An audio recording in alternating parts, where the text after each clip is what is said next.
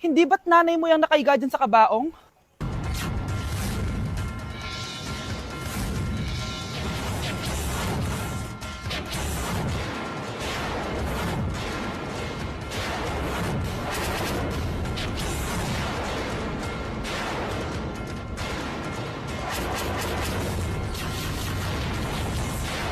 First time ko pumunta sa mga gantong event, guys. Kaya tara, samahan niyo ako.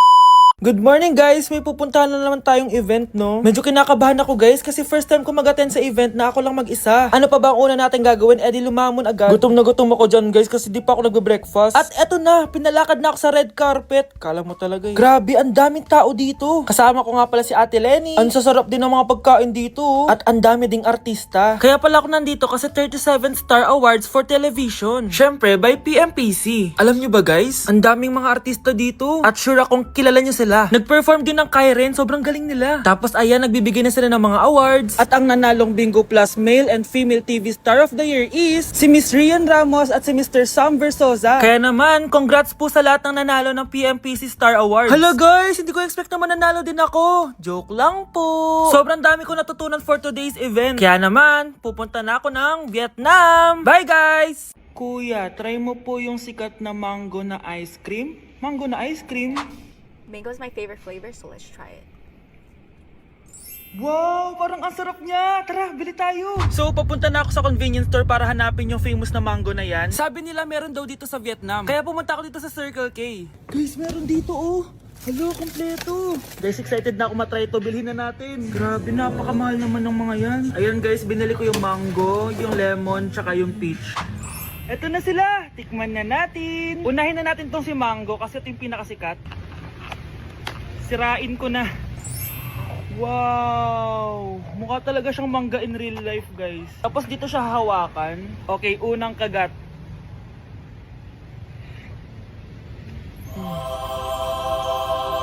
Ang sarap na. Lasa talaga siyang mangga, promise, na may konting gatas. Medyo maasim din siya na onte. 10 out of 10 to sa akin, guys. Okay, next naman itong peach. Mukha siyang puwet ng bata, oh. Okay, kagatin na natin. Ang nostalgic ng lasa niya.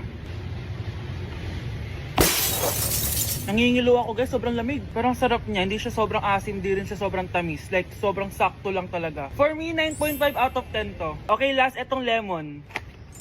Wow, mukha talaga siyang lemon, no? Okay, unang kagat. Ba't parang wala siyang lasa? Tapos hindi rin siya lasang lemon. Parang ice cream na wala lasang wala.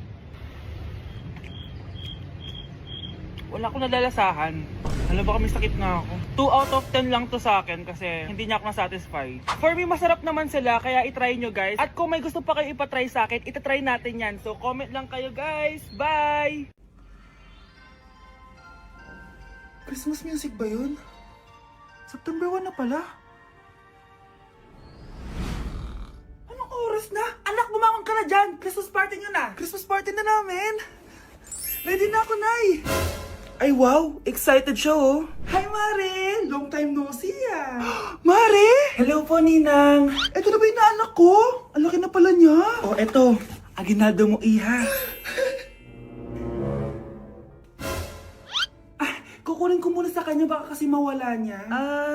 O sige, Mare, tara, kain na tayo dito. Ay, o sige, Mars, tara, kain tayo. Oh, mga anak, buksan nyo ng mga regalo ni Santa Claus. Ano kaya ang regalo ni Santa sa akin? Sana slime to. Wow, ang ganda naman ng damit na to. Ano to? Deodorant? Alam kasi ni Santa na maasim ang kilikili mo. Nayo! Okay, dalawa, tama na yan, ha? Nakakamiss maging bata.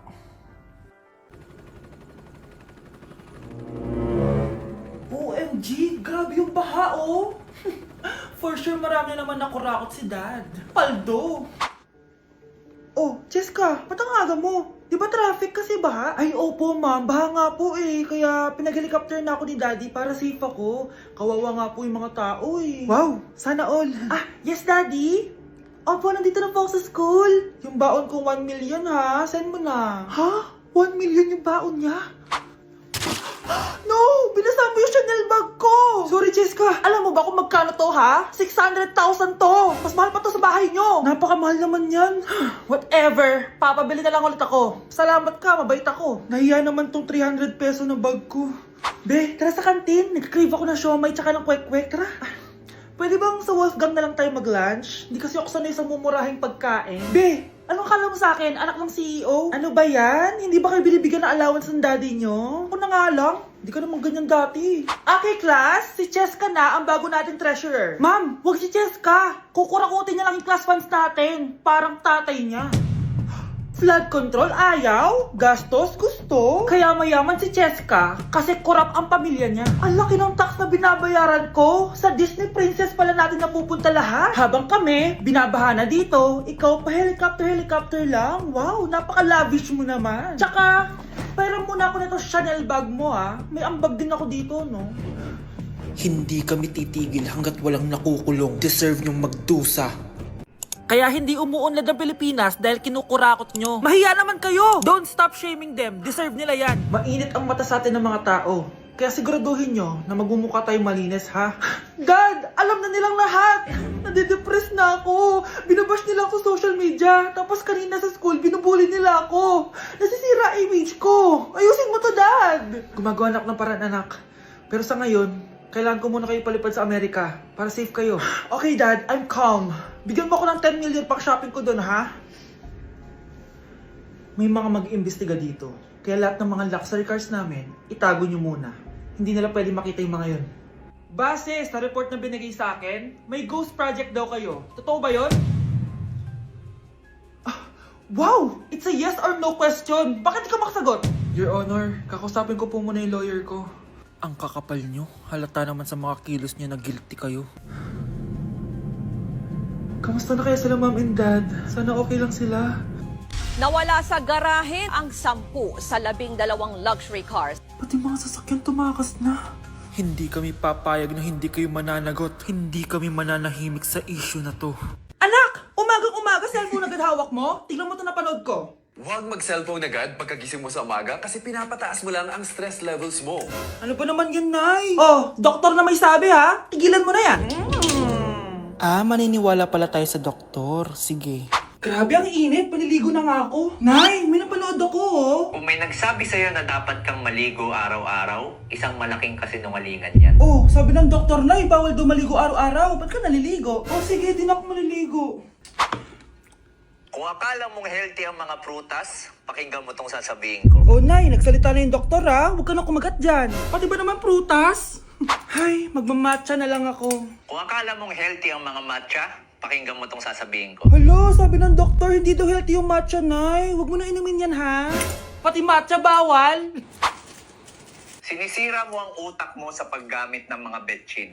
Oh, Nay, sabi ng doktor, sinisira mo daw utak mo. Huwag ka na maglagay niyan. Tama na! Oo na, lahat ng ginagawa ko masama sa akin. O sige na, ititigil na ako. Basta mag-cellphone na ako, ha. Sige na, mag-cellphone ka na. Pero huwag ka magpupuyat, ha. Masama pa rin yon. Malaking kasinungalingan yung sinasabi nilang bawal ka magpuyat. Anong sabi mo, Nay? Sabi ng doktor, pwede naman eh. Bye! Ew! Tingnan mo nga itsura mo. Hindi ka bagay sa school na to. Wala akong oras makipag-away sa Cheska. Talaga? Eh di bibigyan kita ng oras. Hoy, babae ka! Subukan mo saktan ng basic ko. Makakatikim ka sa akin. Look who's here. Ang BFF niyang squatter. Anong sabi mo? Aray! Huwag mo akong angasan, be. Baka gusto mo mabura yung mukha mo. Hoy, Patricia, tama na yan. Awayin mo pa tong basic ko, hindi lang yung matitikman mo sa akin. Walang ya kayo, ipapa-guidance ko kayo. Lagot kayo sa tatay ko. Go lang, be. Papuntahin mo dito yung tatay mong korap. Pag-meet and greet kami. Hindi pa ako tapos sa inyo. Ay, banatera ka talaga, bes. Alam mo yan, bes.